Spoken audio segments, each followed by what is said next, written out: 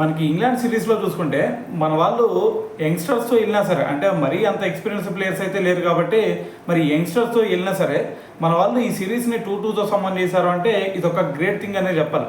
అయితే మరి ఈ సిరీస్ నుంచి ఖచ్చితంగా మనం కొన్ని విషయాలు అయితే ఖచ్చితంగా నేర్చుకుని తీరాల్సిందే.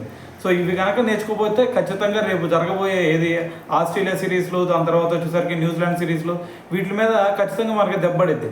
అందుకని చెప్పేసి మనం ఖచ్చితంగా ఈ సిరీస్ నుంచి కొన్ని విషయాలు అయితే మెరుగుపరుచుకోవాలి. సో వాటిల్లో ఒక 4 విషయాలు అయితే ఉన్నాయన్నమాట. సో అవేంది అనే దాని గురించి మాట్లాడదాం. అయితే ఫస్ట్ వచ్చేసరికి ఇక్కడ మనకి ఇంగ్లాండ్ సిరీస్లో ఓపెనింగ్ పేరు కనుక చూసుకుంటే ఇద్దరు కూడా, జైస్వాల్ చూసుకుంటే 400 అబౌవ్ రన్స్ చేశాడు, ఇటువైపు కేఎల్ రాహుల్ చూసుకుంటే వ్యక్తిగతంగా 500 అబౌవ్ రన్స్ చేశాడు. వీళ్ళ వ్యక్తిగత స్కోర్లు బాగానే ఉన్నాయి కానీ వీళ్ళ భాగస్వామ్యం అనేది ఎక్కడ కూడా సెట్ అయింది లేదు. ఎందుకంటే దాదాపు ఈ 10 ఇన్నింగ్స్లో 6 ఇన్నింగ్స్లో వీళ్ళిద్దరిలో ఎవరో ఒకరు 20 రన్స్ లోపలే అవుట్ అవుతూ ఉన్నారనమాట. సో దీన్ని కనుక పార్ట్నర్షిప్, బిగ్ పార్ట్నర్షిప్ కనుక బిల్డ్ చేయలేకపోతే మరి టీంకి ఇది ఒక ఎదురు దెబ్బ అనే చెప్పాలి. ఎందుకంటే దాని తర్వాత ఉన్న ప్లేయర్స్ ఇప్పుడు ఫామ్లో ఉన్నారు కాబట్టి దాన్ని పూడ్చగలిగారు. సో అలా కాకుండా శుభ్మన్ గిల్ కానీ రిషబ్ పంత్ కానీ వీళ్ళు కనుక ఫామ్లో లేకపోయినట్టయితే మొత్తం డిఫరెంట్ అయిపోయేది. సో కాబట్టి వీళ్ళిద్దరి నుంచి ఒక మంచి భాగస్వామ్యం ఖచ్చితంగా వచ్చి తీరాల్సిందే. సో ఇంకా ఈవెన్ చెప్పాలి అంటే ఒక్కసారి కూడా వీళ్ళిద్దరి మధ్య 100 రన్స్ పార్ట్నర్షిప్ వచ్చింది లేదు. సో కాబట్టి దీని మీద దృష్టి పెట్టాలి. ఇంకోటి సెకండ్ది ఏంటంటే మనకి ఆ నెంబర్ 3 పొజిషన్ ఏదైతే ఉందో అది ఇప్పటికి కూడా ఇబ్బందిగానే కనిపిస్తుంది. ఎందుకంటే ఆ ప్లేస్లో మనకి సాయి సుదర్శన ట్రై చేశారు, దాని తర్వాత కరుణ్ నాయర్ని ట్రై చేశారు. మరి కరుణ్ నాయర్ చూసుకుంటే ఆ ప్లేస్లో హైయెస్ట్ రన్స్ చూసుకుంటే కేవలం 40 రన్సే కొట్టాడు. మరి సాయి సుదర్శన్ చూసుకున్నా సరే అతను 61 రన్స్ మాత్రమే హైయెస్ట్ ఉంది ఆ ప్లేస్లో. మరి వీళ్ళిద్దరూ ఎవరో కూడా మరి దాన్ని బిగ్ ఇన్నింగ్స్గా కన్వర్ట్ చేయలేకపోయారు. అంటే అఫ్కోర్స్ ఇది వీళ్ళకి ఫస్ట్ సిరీస్ అనుకోవచ్చు. సో అయినా సరే మరి వీళ్ళకి ఇంకో కొన్ని ఛాన్సెస్ ఇచ్చి దాని తర్వాత కూడా వీళ్ళు సెట్ అవ్వకపోతే ఖచ్చితంగా వేరే ప్లేయర్తో ఖచ్చితంగా ఆ ప్లేస్ని రీప్లేస్ చేయాలి. మరి డొమెస్టిక్ సీజన్లో కొంతమంది ప్లేయర్స్ ఆ ప్లేస్లో మంచిగా ఆడుతున్నారు.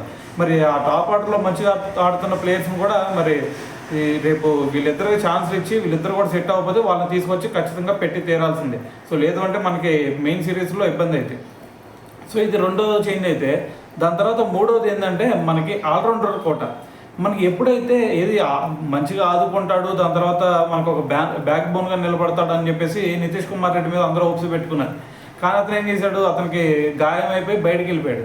మరి గాయం అయిన తర్వాత మరి అతన్ని రీప్లేస్ చేయగలిగే ప్లేయర్ ఆల్రౌండర్ మనకు దొరకలేదు.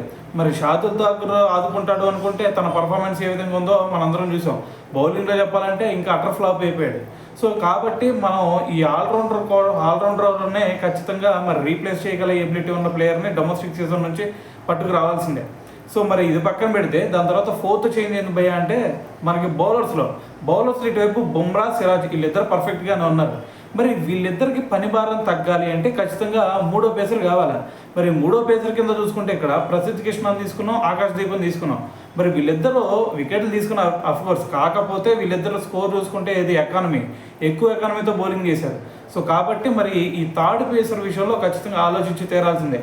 అంతకుముందు చూసుకుంటే మనకి షమి ఉండేవాడు. షమి ఉన్నట్టయితే ఈ ట్రయో పర్ఫెక్ట్గా ఉండేది. కానీ ఇప్పుడు ఒక సిరీస్లో షమి ఉంటే ఇంకో సిరీస్లో బుమ్రా ఉండట్లేదు. సో కాబట్టి మరి ఈ థర్డ్ పేసర్ విషయంలో ఖచ్చితంగా మన వాళ్ళు జాగ్రత్తలు తీసుకోవాల్సిందే. సో మరి ఈ విషయంలో మనకు చూస్తే కొంతమంది బౌలర్స్ ఉన్నారు. ఎవరు ఆకాష్ దీప్ అని చెప్పేసి, హర్షదీప్ సింగ్ అని చెప్పి, దాని తర్వాత ప్రసిద్ధ్ కృష్ణ, హర్షిత్ రాణా. సో ఇలాగ మనకి కొంతమంది బౌలర్లు ఉన్నారు. సో వీళ్ళల్లో ఎవరో ఒకరిని గట్టిగా స్థానపడితే ఆ థర్డ్ పొజిషన్ ఏదైతే ఉండిద్దో బౌలింగ్లో, సో అదైతే సెట్ అయ్యే ఛాన్స్ ఉంటుంది అనమాట. సో మరి ఓవరాల్గా చూసుకుంటే నాకైతే ఈ 4 చేంజెస్ కనిపిస్తున్నాయి. సో మరి మీకు ఇంకా ఏమన్నా సరే చేంజెస్ చేస్తే బాగుంటుంది అనిపిస్తుందా? కింద కామెంట్ చేసేయండి.